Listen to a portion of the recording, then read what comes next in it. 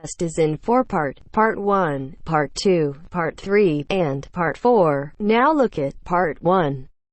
Part 1. You will hear part of a telephone conversation between a customer and a sales agent. First, you have some time to look at questions 1 to 6.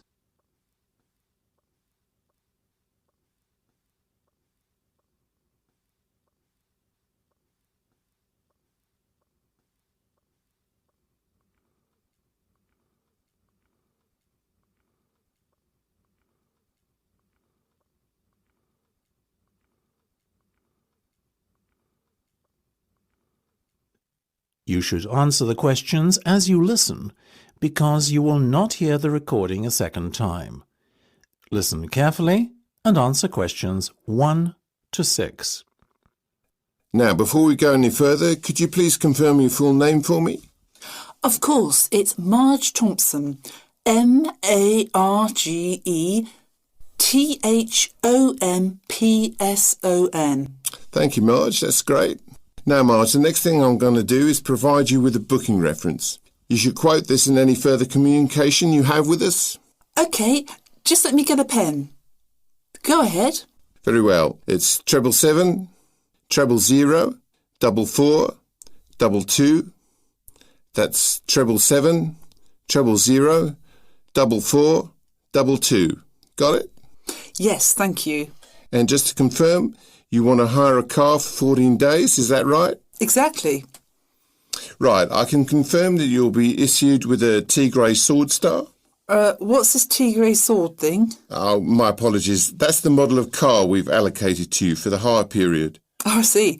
Sorry, I'm not that well up on car models. No worries. I'll give it to you again. Mind you, it's 2 words. Tigray Sword Star. That's Tigre SWORDSTAR. Perfect, got it.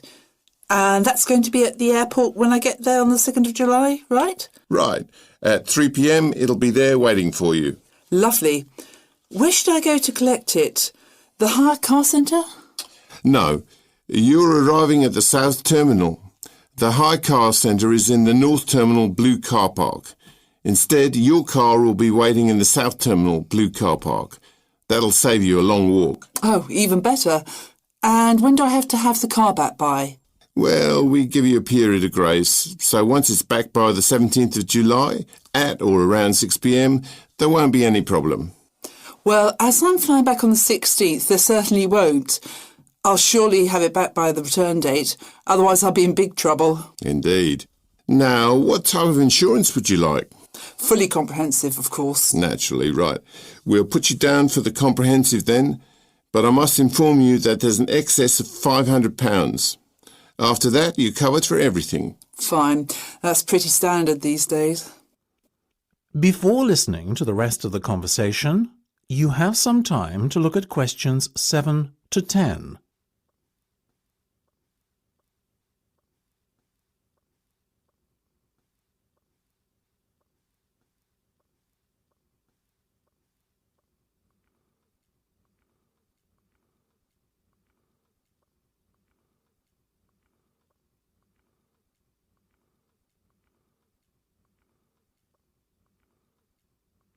Now listen and answer questions 7 to 10. Now, Marge, how would you like to pay today? Do you accept cheques? Unfortunately not. Only a debit or credit card will suffice. OK. I have my debit card here. No worries. Excellent. Let me just give you a breakdown of the total cost now. It's £280 for the 14-day vehicle hire, and the insurance is an additional £75. Will you be needing a satellite navigation system? How much? £25. No, thank you. I'll use my own. I have one on my mobile. What about the roaming charges? That could amount to even more than £25. Good point. On second thoughts, I'll take the satellite navigation. I also need tyre chains. Is that correct? Not compulsory at this time of year. But I may be travelling up to very high altitudes in the Alps. In that case, perhaps you should hire them too. The chains will set you back another £25. No problem. So that's £405 by my calculation. We also have to include 12.5% tax, I'm afraid. Oh, well, if you must. So in total, that's £455.50. Now, let me just... That is the end of part 1. You now have half a minute to check your answers.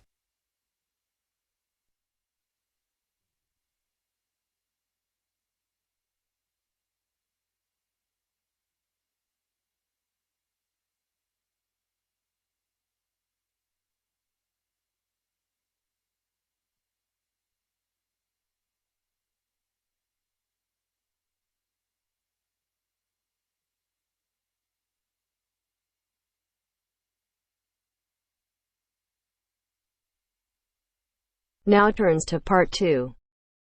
Part 2. You will hear part of a podcast for visitors to the popular holiday region called the Trelaw Valley. First, you have some time to look at questions 11 to 14.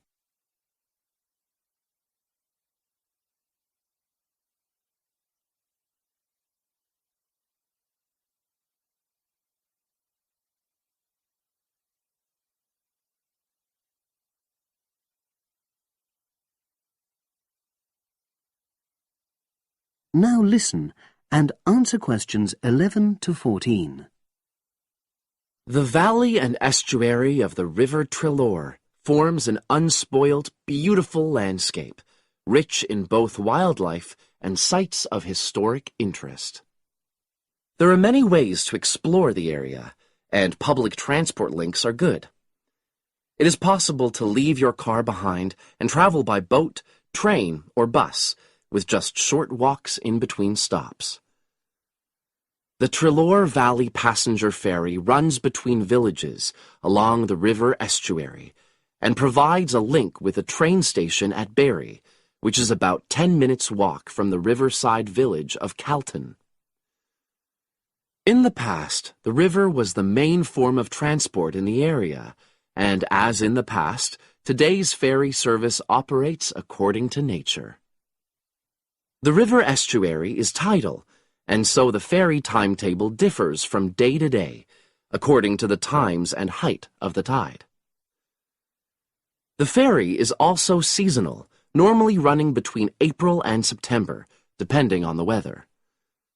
A timetable for the whole year can be downloaded from the internet by visiting www.trelawferry.co.uk. If you just want to sit and relax and enjoy the lovely scenery, you can take a river cruise to Calton and back from the nearby city of Plymouth. In the past, steamships brought early tourists along the same route. Queen Victoria and her family enjoyed such a trip in 1856. The journey is quicker these days. The round trip takes between 4 and 5 hours, depending on tides and weather. If you prefer, you can travel upriver by boat and return to Plymouth by train. All cruise boats and trains have wheelchair access. For more information and for departure times, ring Plymouth Boat Cruises on 017-528-23104. Trains run several times a day throughout the year between Calton and Plymouth, with various stops in between. They are used by both local commuters and tourists who want to enjoy the beautiful scenery. The highlight of the journey is crossing the river on the stunning viaduct, which was built at the beginning of the 20th century and towers 120 feet over the water. It is unnecessary to book, and tickets can be bought on the train. For information about fares and timetables, contact National Rail Enquiries by phone or online. The bus service in the Trelaw Valley now connects all train stations and villages in the area. Especially for holidaymakers, there's a Rover ticket which can be used at weekends and on national holidays and allows unlimited journeys on those days. The Rover ticket provides great value for money and is now even cheaper than it was last year. An adult ticket costs £5.50 a day. Senior citizens can travel for £4.50, and a family ticket for up to 5 people costs just £12. Tickets can be bought on the bus. Now you have some time to look at questions 15 to 20.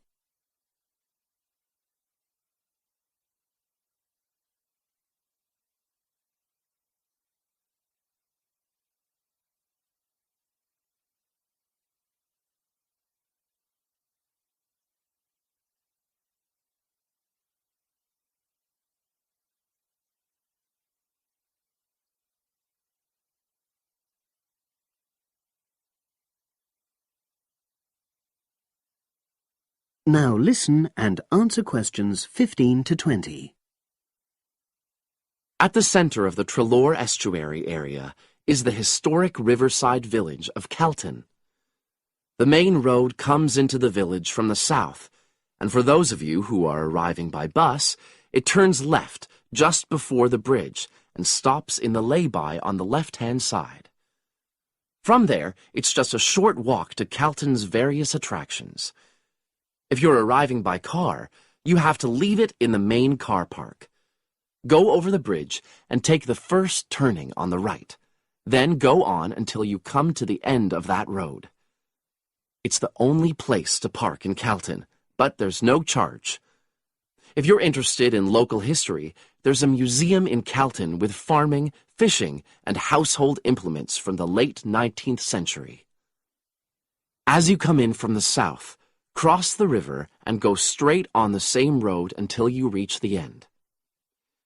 Also, on the subject of history, you can go and see the old mill, which has recently been renovated and put back into use. Turn left before you come to the bridge. Then go straight on and then take the first turning on the right. This leads straight there. If you're interested in arts and crafts, there's a potter's studio where you can watch the artist at work. After crossing the bridge, turn left, and it's the second building on the left. Finally, when you feel in need of refreshments, there's a cafe opposite the old boathouse and a picnic area near the mill.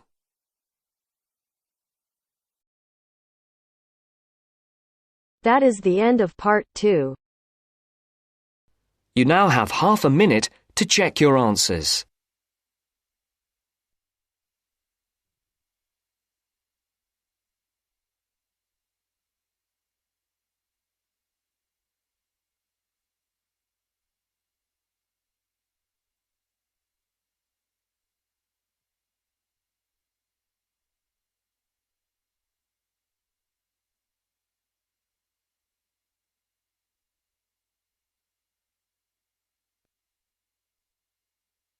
Now turns to part 3. Part 3. Look at this advertisement for a job. Listen to Philip and Anne talking about the job and fill in the missing words. First, you have some time to look at questions 21 to 26.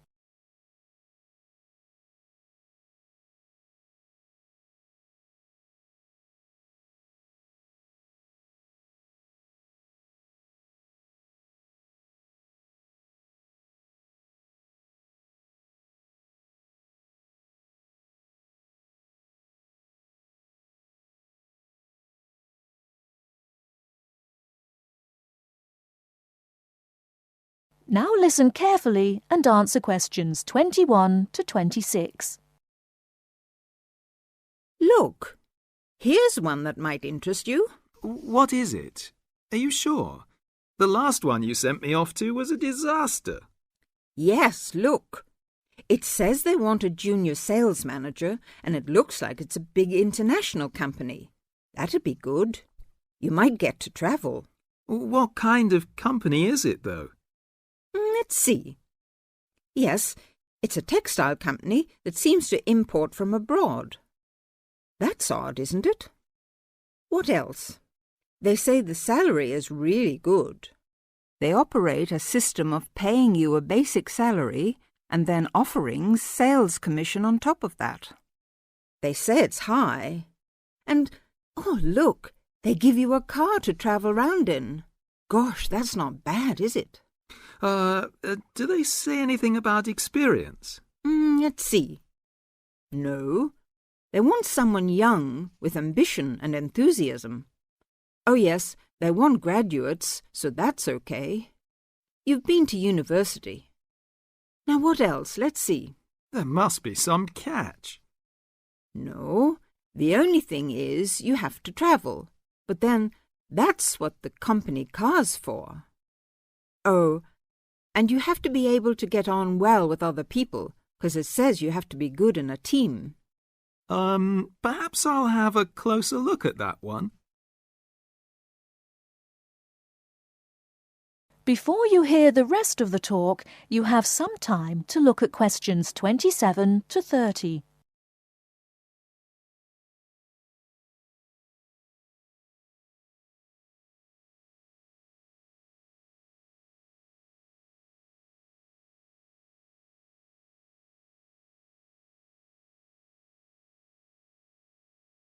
Now listen and answer questions 27 to 30.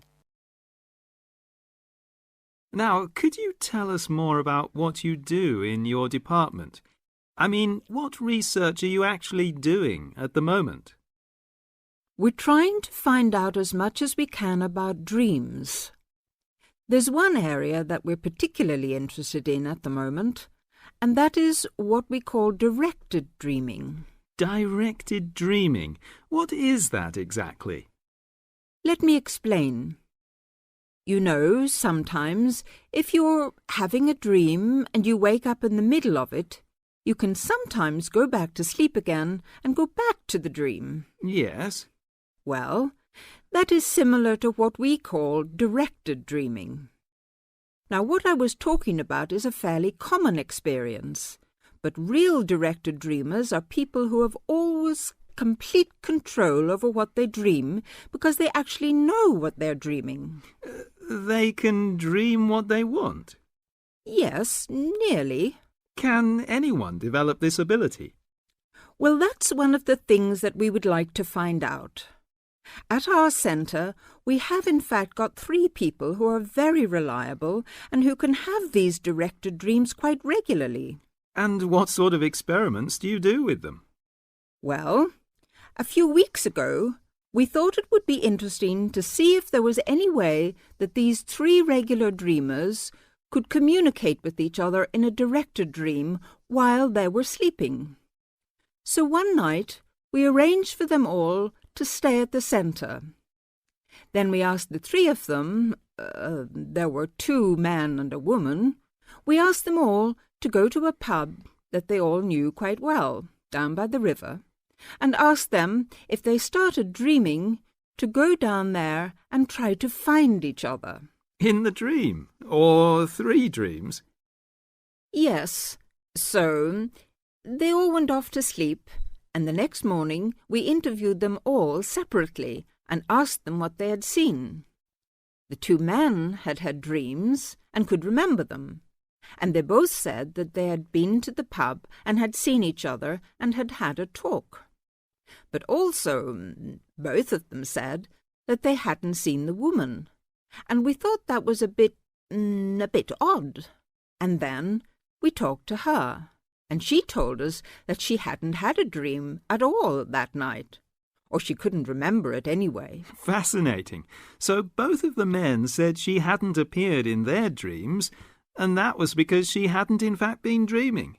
Yes, though of course it could just be a coincidence. But that's the kind of thing that we're trying to find out more about.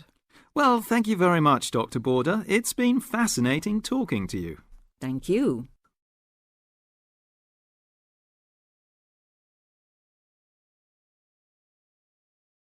That is the end of part 3. You now have half a minute to check your answers.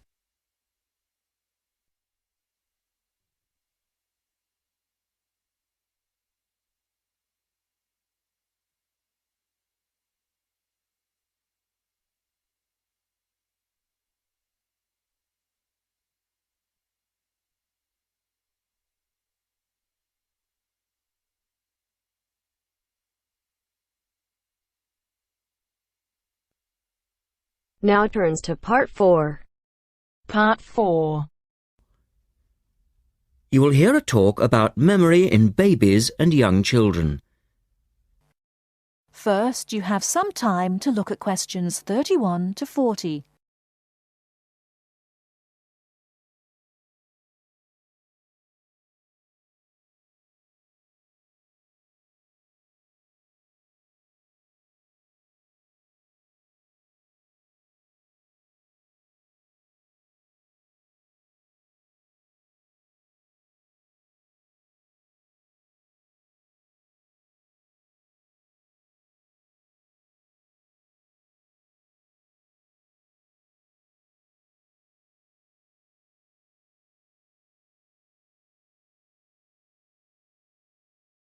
Now listen carefully and answer questions 31 to 40. We're going to look today at some experiments that have been done on memory in babies and young children. Our memories, it's true to say, work very differently, depending upon whether we are very old, very young, or somewhere in the middle. But when exactly do we start to remember things? And how much can we recall? One of the first questions that we might ask is, do babies have any kind of episodic memory? Can they remember particular events? Obviously, we can't ask them, so how do we find out? Well, one experiment that's been used has produced some interesting results. It's quite simple and involves a baby in its cot, a colourful mobile, and a piece of string. It works like this.